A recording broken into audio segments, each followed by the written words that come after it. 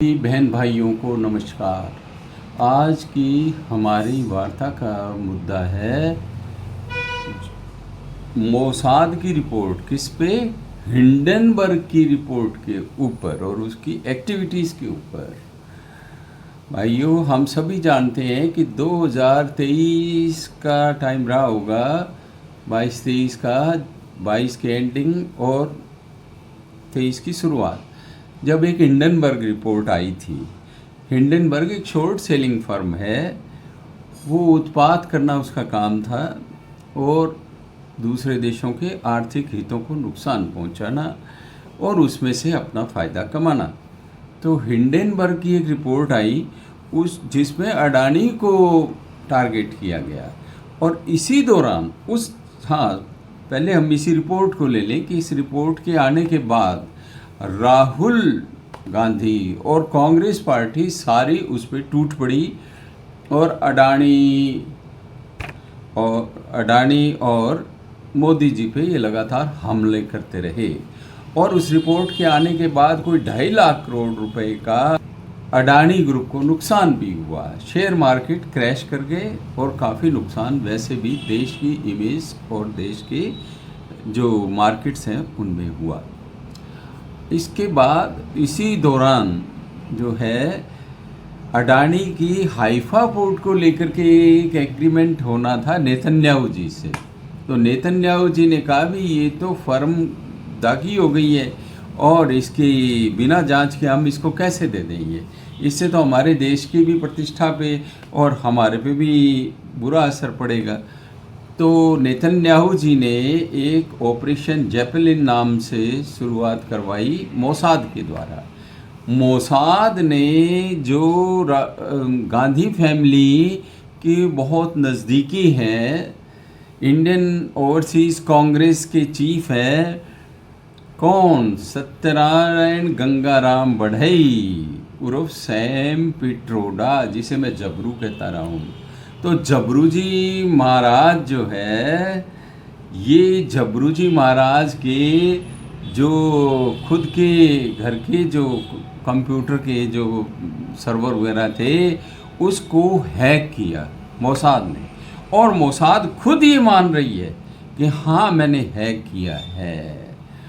तो क्या हुआ, उसके हैक करने से बहुत सी ऐसी इंफॉर्मेशन मिली जिसमें ये पता लगा कि सैम पिट्रोदा और हिंडनबर्ग, सोरोस जैसे लोगों के बीच में अच्छी तालमेल चल रहा था। और इसके अंदर नाम आया हमारे चिर युवा राहुल गांधी का भी नाम, ये जो मोसाद है इसने अपनी रिपोर्ट में लिया है। ये रिपोर्ट 353 पेजेस की है, बहुत लंबी चौड़ी रिपोर्ट है। तो अब उनका नाम आ गया। तो पहले तो क्या है, वो इतना उत्पात मचा रहे थे।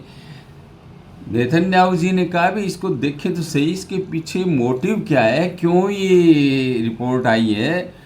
तो पता लगा कि ये देश की एक तो बढ़ती हुई आर्थिक जो हमारी शक्ति थी उसको रोकना था। दूसरा, ये जो विपक्षी दल है भारत का सबसे पुराना विपक्षी दल, वो इसको पसंद नहीं कर रहा था कि भारत उनके नियंत्रण से बाहर जा रहा है और मोदी और अडानी, ये अंबानी उनके कंट्रोल में नहीं है। तो ये बात उन्हें रास नहीं आई। तो इसमें हमारे प्रतिपक्ष के नेता का भी नाम उस रिपोर्ट में आया है। तो क्या है कि अब सरकार का ये दायित्व बनता है कि वो इसकी जांच करे कि क्या इतना भयानक मामला हो सकता है कि जिसमें राष्ट्र की प्रतिष्ठा, राष्ट्र की आर्थिक स्थिति, प्रगति, उसके ऊपर बुरा असर पड़े। ऐसा कृत्य क्या प्रतिपक्ष नेता के द्वारा या विपक्षी पार्टियों के द्वारा देश के हित को एक तरफ रखते हुए किया जा सकता है?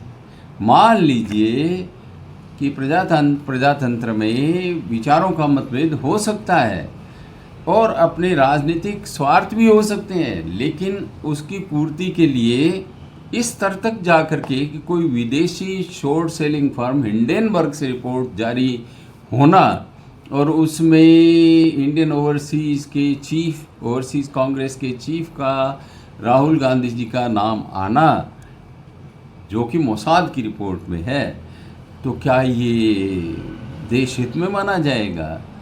ये अब चाहिए सरकार को कि इस पे विशद जांच हो और कार्रवाई हो, क्योंकि ये बहुत ज़बरदस्त बात है। और अब तो क्या, अडानी समूह तो निकल गया, और अडानी समूह ये जांच भी करवाई है तो नेतन्याहू जी ने खुद ने करवाई है, और इसी के ये परिणाम है। तो जैसे हिंडनबर्ग की रिपोर्ट पे शोर मचा था, तो अब इस पे भी जांच हो जानी चाहिए, तो पता लग जाए, दूध का दूध और पानी का पानी हो जाए। तो मैंने संक्षिप्त बात करी है, ज़्यादा इसमें जब 353 पन्नों की रिपोर्ट है तो पूरी की पूरी रिपोर्ट तो मिली भी नहीं, लेकिन इसके बारे में जो मुख्य बातें हैं उस पर हमने चर्चा की है। मुख्य बात यही है कि क्या हिंडनबर्ग रिपोर्ट कुछ लोगों की मिली भगत से, उनके स्वार्थों से प्रेरित थी और राष्ट्र हित को नुकसान पहुंचाने वाली थी? यही मूल बिंदु है। इसकी जांच करवाया जाना अत्यंत आवश्यक है। भाइयों, आपने सुना, आपको पसंद आए तो लाइक, शेयर एंड सब्सक्राइब कर देना, अपने कमेंट्स दे देना। और इसमें हमारा व्यक्तिगत कुछ भी नहीं है, ये केवल मोसाद की रिपोर्ट के अंशों पर आधारित बातचीत है। पुनः